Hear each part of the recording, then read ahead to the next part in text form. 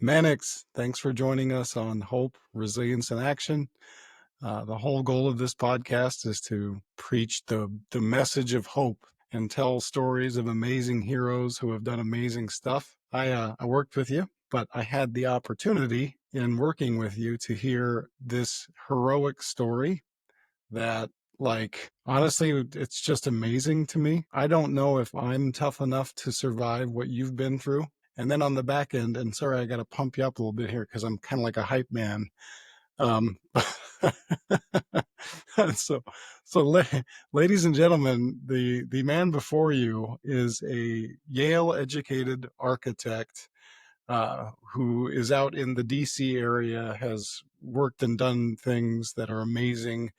Um, and he comes from a background and a humble beginning that is um, extremely inspiring. And so, for everybody out there, I hope you have the chance to be inspired. And if this situation is somewhat like yours, I hope it gives you something to think about. But without further ado, Mannix, um, my first question is always the hardest one. But tell us some of that early life trauma. Tell us what preceded Yale.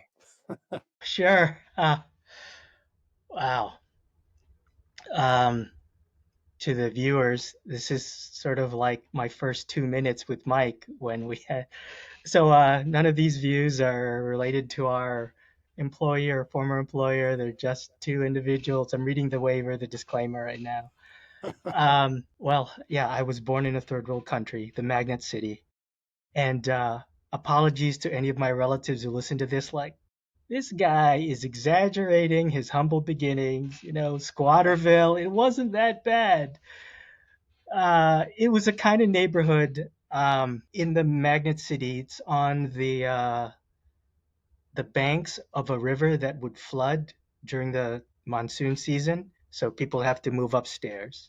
And it's an extended kinship group. So you have relatives living in the house and your neighbors. The picture I sent you is of my grandfather. I think that was the day when my parents left the Philippines in the care of relatives. So that might have been taken at the airport.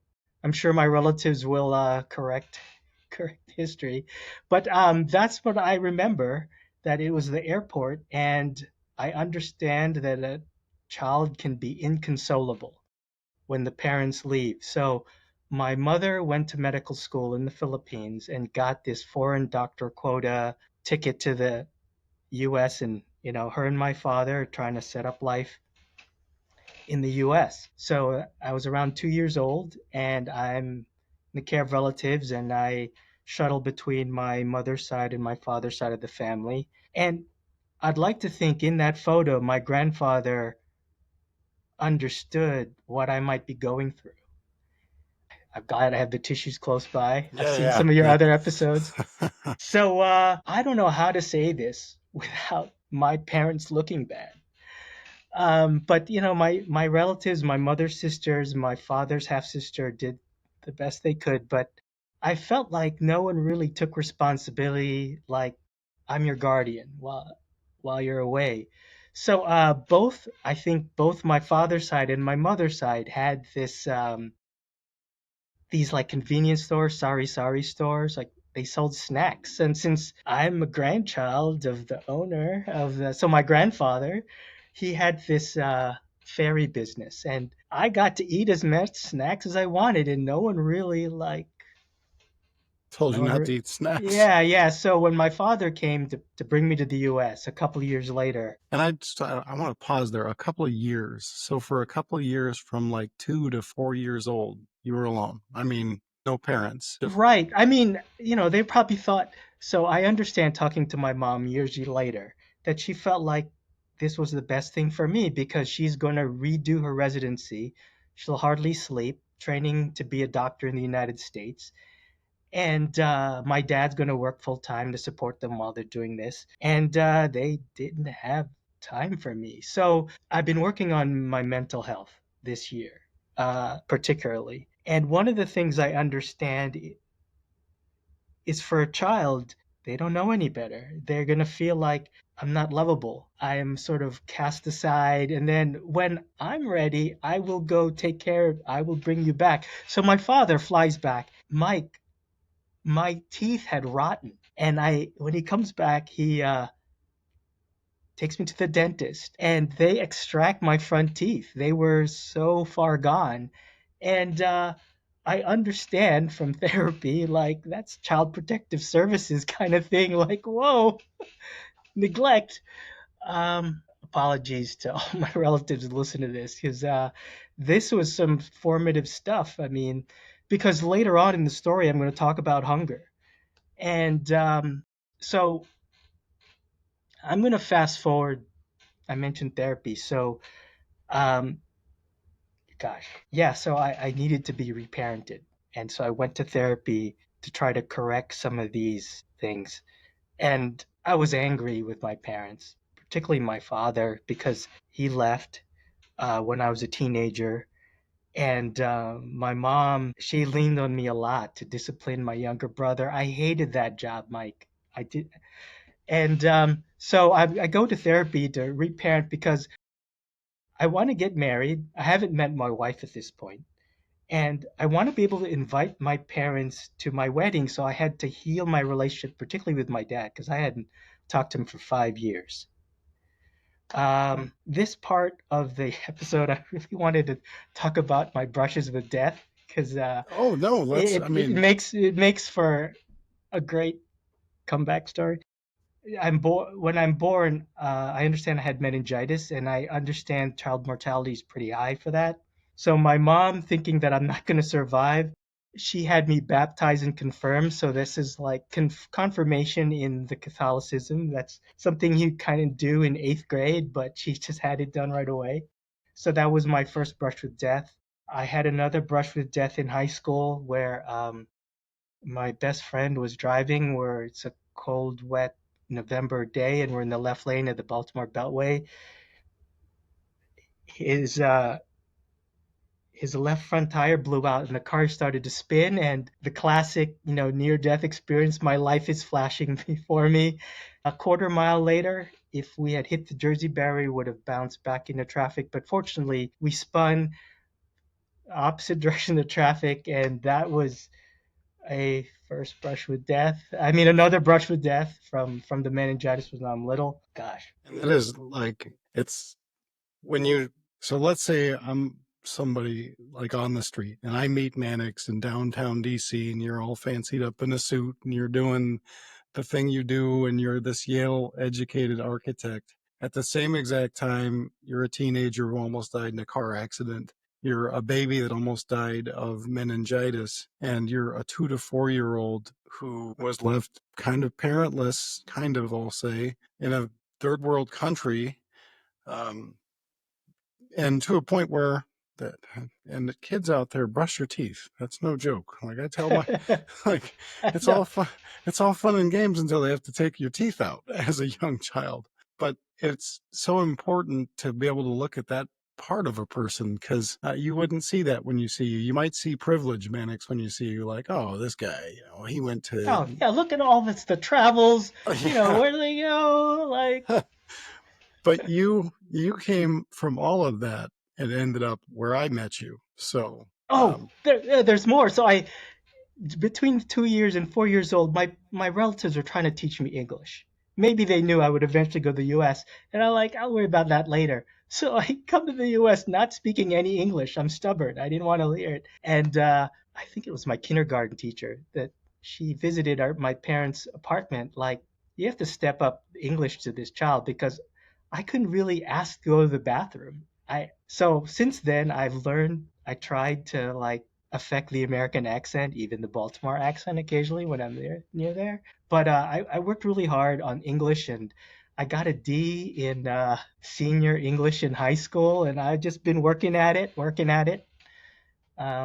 at a time. Yeah, and now I'm a decent technical writer. so when you got stateside, how was it reintegrating with your parents? Do you remember that? Yeah, my mother is not going to like this story. So in the airport, I understand this story from her. She asked, do you know who I am? And maybe there was an inkling, but uh, my therapist called it bunny butt, where the rabbit just turns around like, no, I'm angry right now. I was really angry. And it's been hard to forgive my mother. I understand intellectually that she probably thought this was the best thing for me, and I've tried to forgive her. It's really tough. It's no, I my kids probably are traumatized when, well, not probably. So if I say tonight we're going to go fishing or something, and then work drags into 7 o'clock, and I have to say, hey guys, we can't go fishing tonight because of work, that is like a betrayal, of trust. That's something that it takes kids, like you win. I know in parenting, you win favor and lose favor with your children on and on. Like it continues that way, and you build credibility and trust, and you lose credibility and trust in this kind of constant back and forth. But for a child to just be left, that had to have just taken all the credibility and trust. I mean, it Yeah, had to have taken it all. I can't imagine yeah. that. Thanks. I think my mother tried to, perhaps she overcompensated. So going through school, she wanted to be there to like tutor me or like check my homework. And she told me she took a job working for the state so that she, instead of going into private practice like many of her peers who came from the Philippines as doctors, to be there for me and my brother. But that's not, maybe that's not the kind of parenting that I guess mattered to me. So this is another story. I think in you and Oh, I getting to know each other, I'm 7 years old, and probably my English isn't very good yet, but I had a conscience, and I understood what's going on, and perhaps, I mean, revisionist history again. I can hear my relatives now. Oh, Mannix, you're exaggerating this story. So around that time, I have a feeling my parents were arguing, and I go for a walk, and I say to myself, "There's got to be a better way to raise a child. I I want to do better." And I kind of wish I had written down what I was feeling, but or to articulate the elements, but that was something I carry with me. So I'm gonna fast forward to okay, so I'm in graduate school now. I'm at Yale, and my mother loses that state job in my first year at Yale, and that money I was gonna get from her goes poof. She needs the money. Yeah, she took out like a second mortgage or something so I could go to Yale. And I accept that I may have to leave the school. I approach my boss. I'm working for a professor. I did the math. I think we're running out of money. And I explain what's happening to me. And she wants to give me a raise. And shh, they won't let her. Like, we don't do that. But she worked out a way where I legitimately build hours so that I could, like, it's a band aid. So I'm very hungry at this point. My first year at Yale, I think I may have to leave the school. I grad school now. I'm in my early 20s now, and I know I'm kind of Christopher Nolan. I'm jumping back and forth in time. Uh, I I I get financial help from the school after my parents sign affidavits like they're not going to give any money, particularly my dad. He's not going to give any money to me. And the school bursar, gosh, I feel like she saved my life on lots of occasions. But this is so Yale increased its scholarship to match what my mother would have given me. I get to stay. I really thought if I had gone to another school, another Ivy League school, I might have been sent home. Like, it was nice having you. But Yale really came through. I was able to finish school there. And as you can probably tell, it changed my life. But that feeling of hunger, that trauma, that stayed with me. It's a cross I bear to this day because there's a part of me, and maybe it's my inner child thinking, whatever meal I'm having right now is my last meal for a while, so I better load up. And it's something that stays with me. And I talk to my primary care physician, and I have to like coach myself, like, no, I'm in abundance now. And okay, maybe not right now because I'm in the middle of a sabbatical, but um, it is a cross I bear. your story is more one of hope and good and the other side of things. Looking back at everything, what are some, I mean, just thinking through it all, what are some of the darkest places that you remember being? And Yeah, yeah. yeah. So this time I was hungry. I remember I was starving. I could have eaten leftovers out of a trash can. I didn't do it, but I was so close, Mike, to doing that. And yeah, eventually the money came in, but like uh, Yale wrecks me. I mean, so I get a scholarship and I get to go to France. So that kind bursar that helped me through this, uh, I got accepted to a program outside of Paris. It was a summer after I graduated, and she said, "Mannix, if you want to go, come visit me every day." And I did every day. And she got me a scholarship, a bunch of scholarships, and I got to go. But I broke every piggy bank to go. And again, I'm like, this this poor student. And I'm washing laundry out of a sink, and I have classmates who are going spending the weekend in Milan, and here I am, washing laundry. I have no money. I have no safety net. I don't know, these echoes of that kid from a squatter-like neighborhood. These echoes are there, and I go to the Ivy League school for instant social capital, so that I can drop the name if I need to. And I wanted to meet the elite of the Philippines, because I'm like, I want to get affordable housing, and I had all these lofty goals, and I did it. I met someone who went to Yale Law School from the Philippines, and her and her friend who's a school of management, they're like, we want you to be our architect, design a cafe in Manila. And I'm like, wow, what a dream commission. But I have no money to travel, even though they would reimburse me. Like, I'm the struggling architect in training, trying to like pay off my student loans, which is like the cost of a Mercedes at the time, buying a Mercedes. And I'm drowning. I'm drowning in debt. And yeah, so those are some. Yeah, it sounds dark now, and I relay the story, and I climb my way slowly, build a reputation that I can do work, architecture work, and I get my license, and I meet my wife, and I guess she was kind of impressed. So I'm gonna go back to 7-year-old you. 7-year-old you was already thinking inside of your mind, like, I think I would raise a kid differently than this if I captured that correctly. If I have the chance, yes. And that was like, there's something with traumatized children. And I worked with them a lot in law enforcement, especially in the child sex assault cases that I worked. And those cases were rough. And I did see these very mature, very young kids. And I actually, to share just a smidge, I was physically abused by a meth head who I've made peace with at this point in my life too. But as a young kid, and I remember probably was about the same age as you, 7. And I remember sitting there and I was wearing a G.I. Joe t-shirt. And I was like, oh, I think I'm supposed to just be a kid, like excited about playing G.I. Joes. And instead, I'm like right in the middle of this, like, it was like 3 hours of come in the room and hit you and scream and yell and then leave the room and then come back. And it was the most terrifying thing in the world.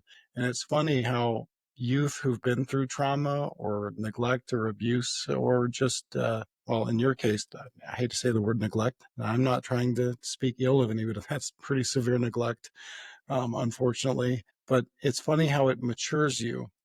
But the statistics are not on your side. So statistically, you know, the Mannixes of the world have a better likelihood of not succeeding according to the statistics because of that work and having to struggle more. What the heck? How did you develop this hope and drive? Where the heck does that come from? Right? Huh. And I by the way, do. I'm not saying anybody out there that can't overcome, because you Yeah, absolutely yeah, can. thanks. Yeah, That's the whole purpose of this show. this But show. Yeah, but yeah, but you have to develop something. It's not magic. It doesn't happen. So how about you? How did yeah. I guess I'll. So I understand, like, statistically, kids with meningitis at infant, there's not that good. So I remember in seventh and eighth grade, it's awkward. I think my father was spending less time at home, and I wasn't treating my brother very well. And that was my whole world, like going to church there, that community. And I had dreams. I think I wanted to be an astronaut. And my mother's peers, like my godfather or my brother's godfather, was like, "Hey, do you want to be a doctor? I mean, you could be a partner at this practice." And I kind of find my way. Yeah, school came kind of easy to me. Both my parents were at the top of their high school classes, and my mom, she's a physician. She's a pediatrician. She's a doctor. So I'm trying, and I'm socially awkward. I remember that. But I guess I felt like some kind of hope. And perhaps my classmates recognized that too, because they voted me most likely to succeed. And um, I got the two people get a scholarship for high school out of this community, and I got one of them. So there was probably a recognition that this kid's gonna make something out of himself. And I remember like some more grit. I started in college. I really wanted to go to an Ivy League school at that point, but my mom's like, your father and I are breaking up. You know you're going to the state school, so don't even bother. I'm not going to spend the money for you to apply to Princeton or whatever fancy school you want to go to. You're going to the state school. So at the state school, I'm thinking I'm going to be a doctor, biomedical engineering. I'm studying engineering, and I'm not really thrilled about it. So I'm looking around. Do I study chemistry? And I find the architecture school. I like, this is what I want to do. And Mike, I apply in my sophomore year. I apply. I don't get in. So University of Maryland Architecture School rejects me. And I talked to the admissions dean. How do I get in? And he's like, well, there are people in front of you. There are people who didn't get in last time that I got to let in now. You don't have a 3.6 and above GPA. So if you want, you can try again next year. And you're an engineer, so you could improve your portfolio. So Mike, I decided to change my major from pre-electrical engineering. I was going to double major in civil and electrical, and I switched to art studio. And my art advisor's like, did you have to shoot your parents in order for them to agree? I'm like, no, my mom's pretty supportive. So here my mom's compensating now, like, yeah, go for it. So I realize I'm going to spend an extra year in college, and I study art studio, and I take the architecture prerequisites, and my grades improve. I start getting straight A's, and I get an A in English. And I don't at this point, and I place out of junior English, and I apply again, and I get in, and I treat it like graduate school. I am really serious about it. I lose sleep. I spend my 21st birthday at studio instead of celebrating, and now it's a pre-professional degree at University of Maryland.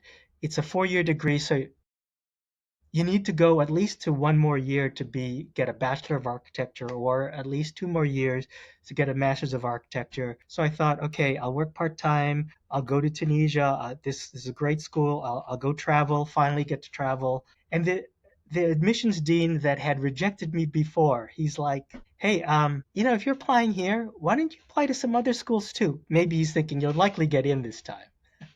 And so I don't have much money. I'm gonna my I'll go apply to my dream schools, and I got into a couple of them. And so he's like, hey, and I also apply for the alumni scholarship at University of Maryland. I get that. So the missions dean like, we're holding a spot for you. Do you want to go here? And no, I think I want the Ivy League degree. Thank you though. So one of my like turnaround stories, rejection letter at University of Maryland and acceptance letter at Yale, like next to each other. Like, have some grit. That's tough. That's another like place in the road where you can give up. Like you can say, "Well, I'm not good enough for this," and you did not give up. You just fought through it and Yeah, ended up, yeah, my getting the rejected sucks. yeah, the best man at my wedding, he describes me like a freight. I'm like a freight train. I'm gonna keep trying. That's what I'm talking about. That is a missing piece in a lot of people's success too, is they hit the rejection, and that can kill you. You miss your dream. somebody says no. For me, it was applying for police chief jobs in Green Bay when we decided we wanted to move up here. I had a great pedigree. I had a great career ahead of me, and I applied for every like chief and captain position in Northeast Wisconsin, and I would always finish second place. So I was like categorically draining my bank account all the times I would fly out for interviews and sit on the board and do another board and fly back out and then get the email, hey, you did a really good job. We've selected another candidate, who was just slightly better than you, but it was a really hard choice. And you don't get like a medal for second place for one job. You just get a good old fashioned kick in the teeth and you just get to start again. And I finished second place so many times it kind of became like a running joke, like I'm a good number two. It's like my thing. But but like I tell my kids, as far as grid goes, and that's where I want to go with you next, is what you did to the next generation. But I tell them, like, just keep getting hit. There's the old Rocky quote. I love it. I keep it up on my wall. It's actually visible. You can't read it from here, but I see the guitar uh, chart. it's Rocky Balboa back there, and he's just like, man, I'm never gonna butcher the quote, but it's not about how hard you can hit in life. It's just about how much you can get hit and keep moving forward, how much you can take. And he's like, that's how you win, is you take it, you move forward, and you drive on. And that's another wonderful principle that's helped me greatly in life, is being able to take hits and not quit and keep rolling. And that's very obviously what you did. And you didn't just like take some hits and go for like the next best thing. You kept your eye on the high prize. I mean, Yale architecture, um, I can imagine that degree holds a little bit more weight than University of Maryland. No offense, Terrapins, right? Terrapins. Yes, that's where my son is going to college, Okay. my undergrad. It can't be that bad, can it? Um, but yeah, but very that's but that's your next story that blows me away, because not only did you have the chance to be a child who went through some tough stuff, but you had the chance to have a baby. Why don't you tell us about your family? Yes, yeah, sure. Happy to. To recap a bit, I go to therapy to reparent so that I'm gonna try I'm gonna try to correct the pathology that the generations, right? Yeah. My dad not having a father, and my dad thinking, "Hey, I didn't have a father. My father died during World War II. Look, I turned out fine. Why do you need a father? I can leave you alone. I can leave you and your brother alone. Look, hey, I turned out fine." So that's one piece I want to come back to, staying in the orbit.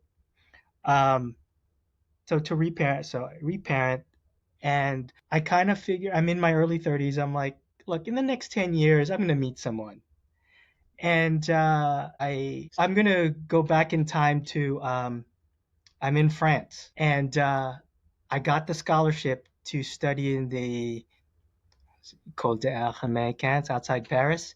It's a design, it's like music school and art school. They have an architecture program there, summer program. And the prize, speaking of number two, when you're auditioning to or interviewing to be police chief, the prize of this program is 1 year you get to live in Paris for a year. And wow, that would be pretty cool. I had learned French since before coming, so I took a year of French. And so I'm sort of rubbing elbows with like some well-to-do architects in Paris. And one of my teaching assistants, he's he works for Christian de Potsenpa, and he's telling me how this is the life of a world-class architect. I'm sensing. Christmas, he takes the calls from the kids, like your daughter came up. He takes the call from Christian's children, like, your dad is working on a very important thing. It's an international competition, and it's like due tomorrow, so he won't be home from Christmas for Christmas. And I think to myself, Mike, I don't think that's the kind of life I want to lead. So I'm like, I feel like I'm in the room. So I go to an Ivy League school, class of 40, and I see how it operates, and I see what you need to like start your own firm, and how I don't have that safety net. I'm not like these other kids. I'm poor. And but that's also, I feel like, so in high school, in that accident, I felt like maybe there's this purpose. I'm on this earth. I don't know what it is right now, but maybe over time. And I'm thinking that maybe to raise a child, maybe that's what's important. Maybe that's my calling. So it took a while to establish myself in my career and start to pay off my loans. And so in my 30s, I'm thinking to myself, so I've gone through therapy, and I stopped therapy because I want to date now, and I want to use the money I would have used. So I'm kind of relaxed. I feel like in the next 10 years, I'll meet someone, I'll go enjoy life. Um, and that seventh grader that I told you about earlier, wow, now I can date. It's much easier to date. Um, if he could only see me now. So this is the story of me meeting the person who becomes my wife. Leaving a shopping mall on the way to my car. She's working at a department store on the weekends, and she's leaving too. She's on the escalator, and like, this cute person, like to talk to her. And I leave. She leaves out the same door, walking towards our car. I really want to talk to her. She could tell this guy wants to talk to me. We have to cross a busy road to get to the parking lot, and the light turns red. She approaches me, and we chat for like 15 minutes, and we have a similar ethnic background. When we get to our cars, I hit the remote. I'm not a creep. No, really, I'm walking to my car, really. And it's a silver Honda Civic. We had parked next to each other. She's in a silver Honda Civic too. I have a four door. She has a two door. Now I'm in my early 30s here. She thinks, I find out later, she thinks I had graduated recently from college. Like, who is this frat boy trying to hit on me, trying Well, to and pick me up here? I got to time out because this is going to freak everybody out in the audience. But you are not still in your early 30s. You just look like you're still in your early 30s. Just to put that out for I'm everybody. flattered, Mike. Flattered. Thank you. Very, very, very jealous of your youthful appearance. But yeah, keep going. Thanks. Michael J. Er- Fox here.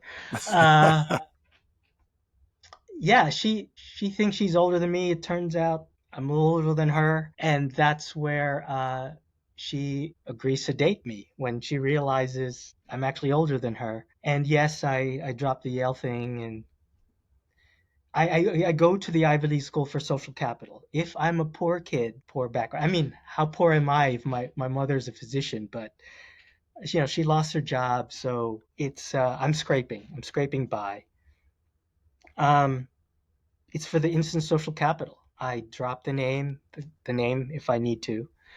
And so before the first date, I'm trying to tease out, like, does she want to have a child? Because I kind of want to have a child. And I find out that it seems she has grit too, and she'll raise a child one way or the other, whether she's married or not. And around the time of our third date, I reveal perhaps my purpose is to give a child the kind of childhood I wish I had.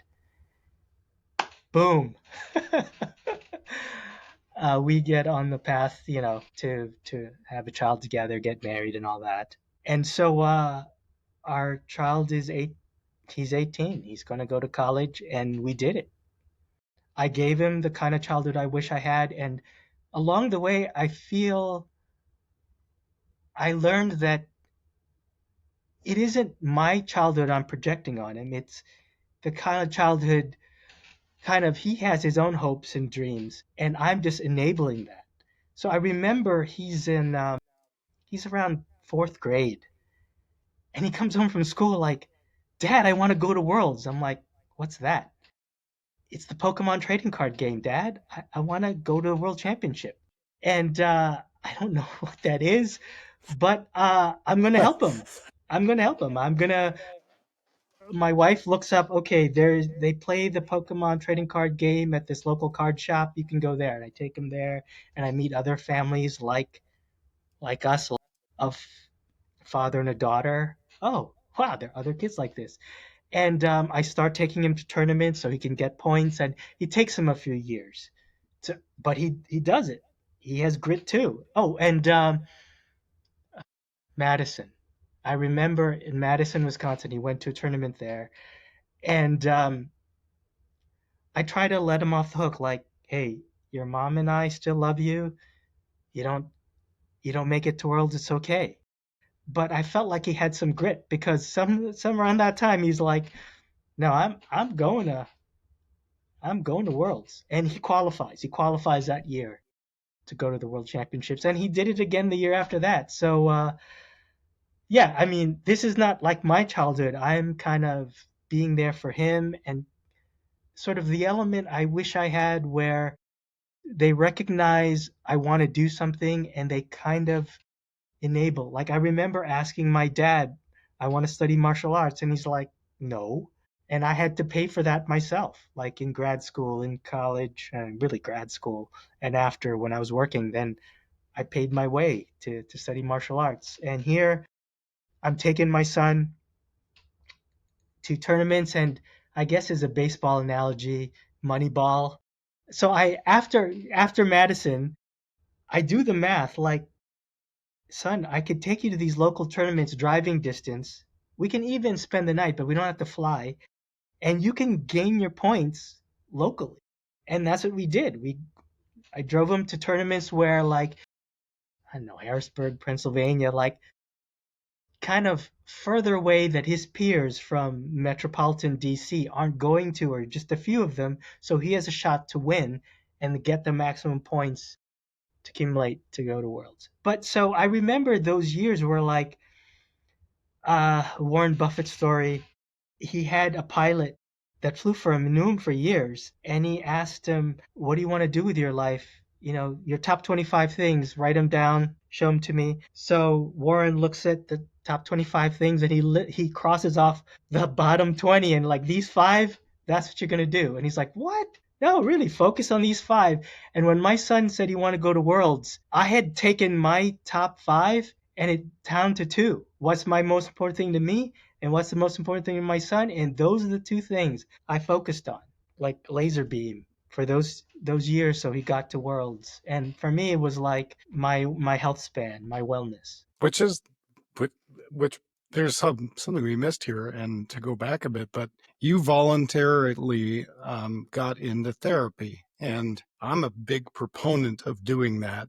It's, can you talk some more about that? Like what? Sure. Because the end result has been very positive from that experience, from what it seems. Yeah. Thanks. Yeah. Yes. Both. To rewind. So both my mother remarried, my father remarried, and they were both at my wedding. So therapy worked. I remember my decision to go into therapy. I was going through issues and talking to my good friends, my buds, it wasn't working. I needed to go see a professional, and one of my close friends, I guess he was going through therapy too, and he recommended a therapist. And because I think he was hoping that I would go into therapy to heal. And yeah, so there were three ingredients I feel like someone needs to go to therapy. You need the will to do this because there's social stigma to go into to therapy. You need the funds. So a big chunk of my paycheck was going to therapy. And then you need the time. You need to be able to you need finesse your way through work to leave regularly, like weekly, to go to these sessions. Something like, massive surgery, something, not that they care, but, I had to make the time to do it. So the will, the funds, and the time. And not everyone has that trifecta to start that journey to heal, to correct the inner demons, the pathology of generations of hurt, so that like I try to protect my son from that. Like I'm sure there are cracks in the armor, chinks in the armor, Sure, that sure. the light goes through. Like yeah, yeah, you can see that to how my dad treated me or my mother treated me. That I mirror that subconsciously, but those are the ingredients. And some people may not have the will or may not have the funds. You know, you may not have those ingredients, but does that answer your question? Yeah, no, I think that, I mean, I think a lot of people, they don't even consider it really. And I know a lot of people don't think there's any value to be had in therapy. I know that's true. I know there's people that are like, well, I'm just too screwed up, or I'm not that bad. That's another one. Like, I don't think there's many people out there that can't benefit from some therapy once in a while. If nothing else, just to like check the oil in the engine with the dipstick, make sure everything is going on okay in there. But the practice of therapy is very well evolved. And I don't know the professional discipline of the therapist that you saw, but there's a benefit to just verbalizing things sometimes. And like you said, buddies can be great. I love leaning on friends in times of trouble, but there are also times where your friends are like, wow, that sucks. Well, let's have a beer. Well, I don't know if that's the best thing for me right now. And so going to a professional who can stop, professionally diagnose, coax out things, notice things, be trained to do so, there's a lot of value in that. And yeah, Thanks. They were trying to help me cope with the PTSD I had from when I was a child, being neglected, being left alone. And I'm happy to say now, like married and with the raise a child, like I don't have the terrors at night. I can sleep peacefully. I mean, there's more to do, but I feel like I've tamed some of the demons. Wow, and we, we went there. you're a good dad, man. The conversations I've had with you and what you're raising and what you've done, it's not easy.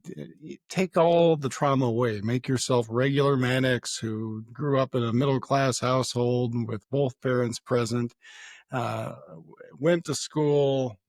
Your worst trauma was a bad bike accident where you skinned your knee up, and, maybe got picked on in junior high, the regular American upbringing. Even with that, it's very hard to parent children. With your past, you just took it to the next level and you're a great dad.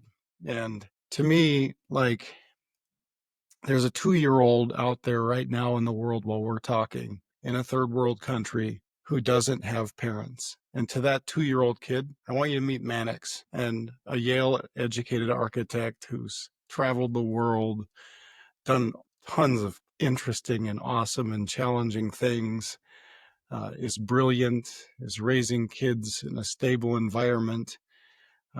There's a 7-year-old kid in the US right now who doesn't speak the language very well, who's having a hard time fitting in school. And to that 7-year-old kid, I want to introduce you to Mannix. All those things I just listed, that's completely possible for you. There's a teenager having a near-death experience right now who makes it. They can reevaluate their life choices driving in Baltimore. meet meet meet Mannix. That's what this show is all about. And I know that you don't think that you're anything special, but to that 2-year-old kid, I mean, do you ever look up to yourself? Do you ever look at yourself from the eyes of that little kid you were once and look at what you've managed to do in life? Do you ever think of it that way? I have. So, actually, this is my late 20s, early 30s. I went to the funeral of this family I knew from church. So, I was scheduled to have dinner with them, and the father died suddenly. He died by a heart attack while he was sleeping.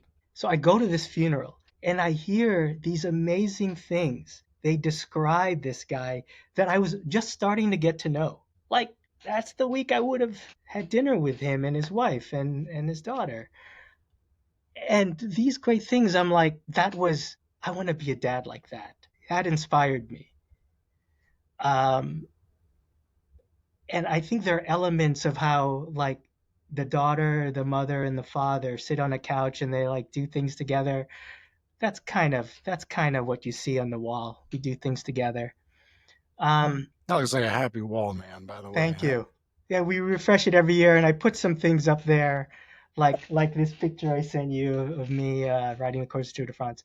Um, it is when guests come over, they're like, oh yeah. So it's sort of and we refresh it regularly. It's more fun than photo books because you can see. But so as my son was approaching 18, I felt like we did good. We did really good because I do along the way I did get compliments from other parents like, hey, that says something about your parenting.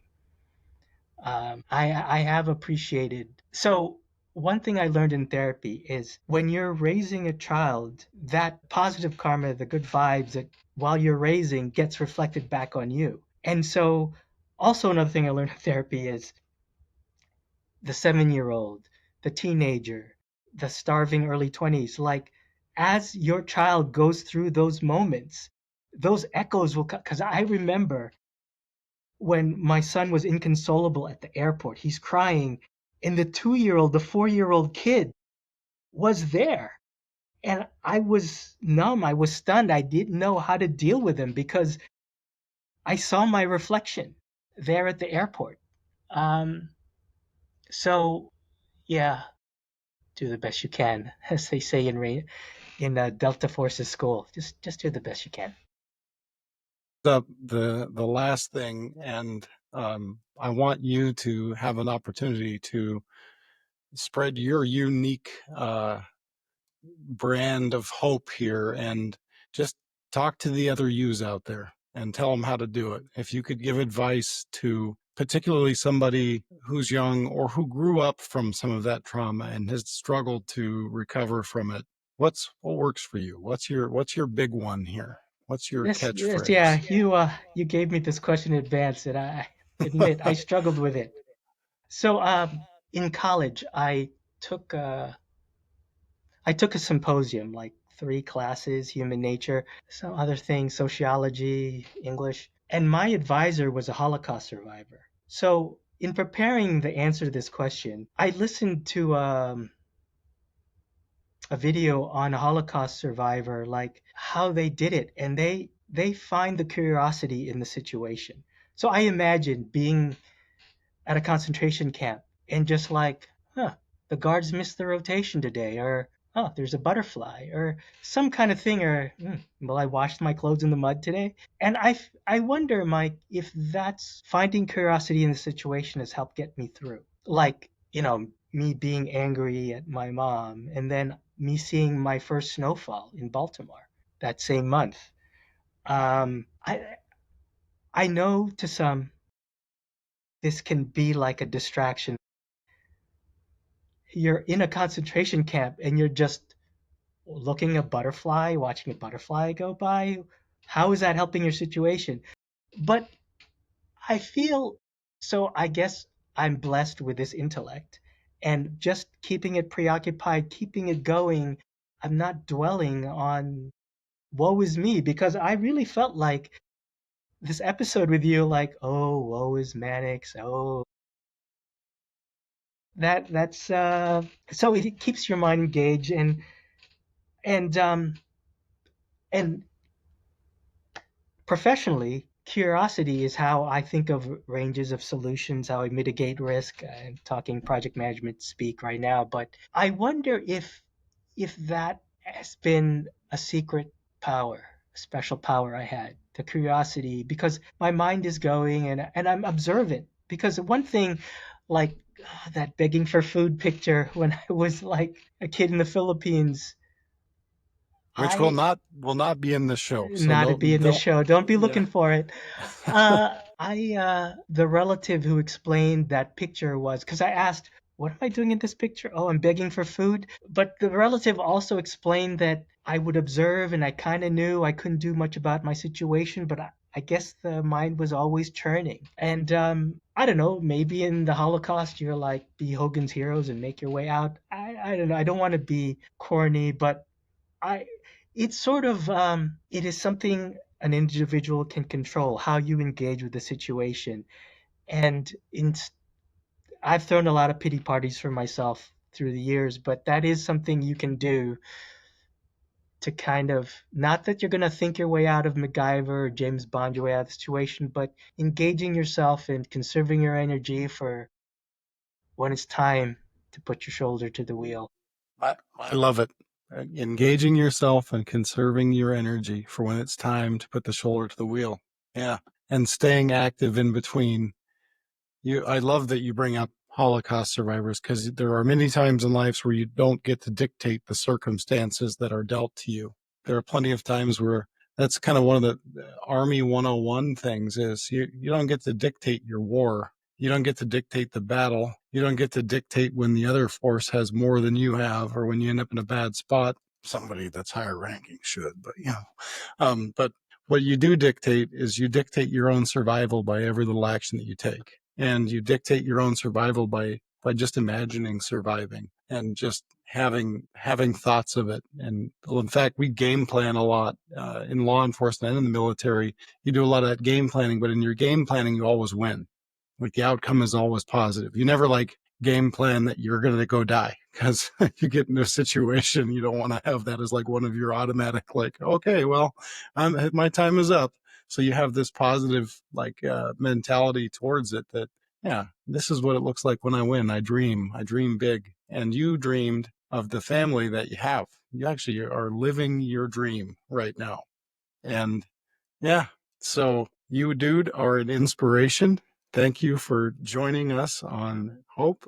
Any final thoughts? I'm honored to be on this podcast. I look at the pantheon of 12 heroes you want this year, and I'm flattered that you chose me to be one of them. I think you're a huge hope to not just kids out there. Kids probably not getting a lot of 2-year-olds who are starving on the streets in the Philippines watching this show, but you're certainly going to catch people who had rough childhoods, who may still be struggling with it. So go seek help. Feel free to always reach out to anybody. There's a lot of resources tagged in the show.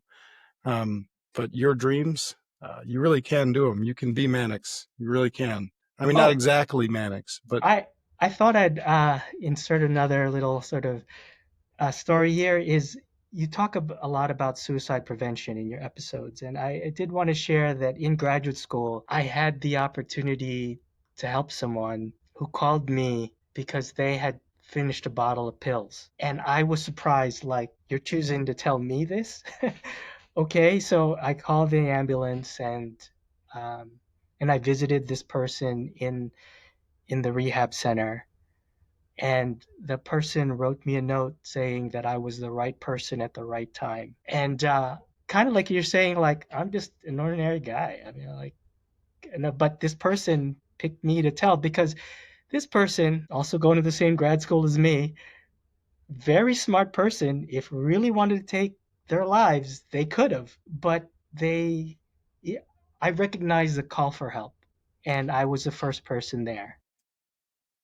And so, on a show that deals a lot with suicide, I did get to help someone in their dark hour. yeah, I'd call you. Like I've gotten to know you well enough. I'd call you in a heartbeat if I was having a rough go. You're a good person to call. That's it shines through. So yeah, there's a reason for that, and that's yeah, that's we we want people to reach out, but then at the other side too, part of the training that I give in QPR is like helping people do exactly what you did. Simple, but act, care. That's all it takes sometimes to save a life, is just to listen and to act and to care. Really, because you do have to care. Because if you didn't care, that could have been a very bad outcome in that. Yeah, and I'd like to tell the viewers, caring is a skill I honed with you, working with you, because Mike coached me on how to be a better leader by caring about the people who report to you, and boy, that really works. And for the viewers who don't know what QPR, I listened to your last episode and I had to look up what QPR. Oh, sorry. Question, persuade, and refer. QPR, not to be confused with QRF, Quick Response Force. No, totally did. Well, similar. Similar, emotionally, spiritually. I just always assume everybody knows QPR because, no. But thanks for the explanation. For viewers. 6 episodes in here. So, yeah. Well, thanks, Mannix, very much for your time, man. My pleasure. Thank you very much.